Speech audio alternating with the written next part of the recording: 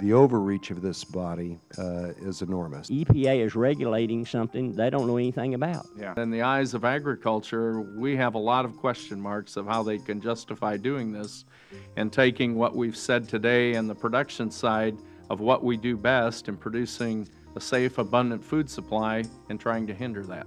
You know, we need to do something for the agricultural community to slow this down and get it back to where we're production agriculture feeding the nation and the world. Something that we cannot ever fail to underscore for the American public is the farmer, the rancher, doesn't set their price.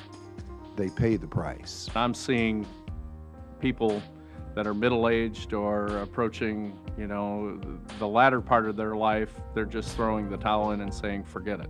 There's very little information that comes from EPA. It's assumed that we know everything they do. It's difficult to do.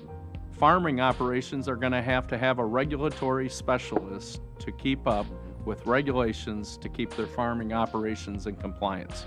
That's the way they regulate now, judicially, not legislatively. And that's what we face each and every day. An American farmer feeds himself and about 155 other people.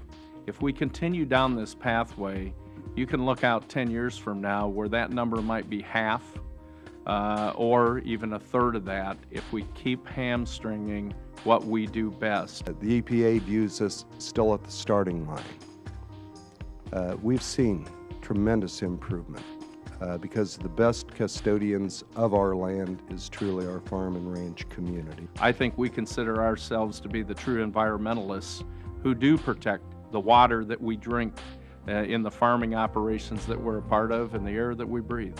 I'm as concerned about our young people. Where is the next generation of agriculture going to come from if they're discouraged from even entering into it? And where is the next food providers in this country going to come from if that frustration is carried to the younger generation? I have a son who would like to push Dad out of the farming operation today and take it over.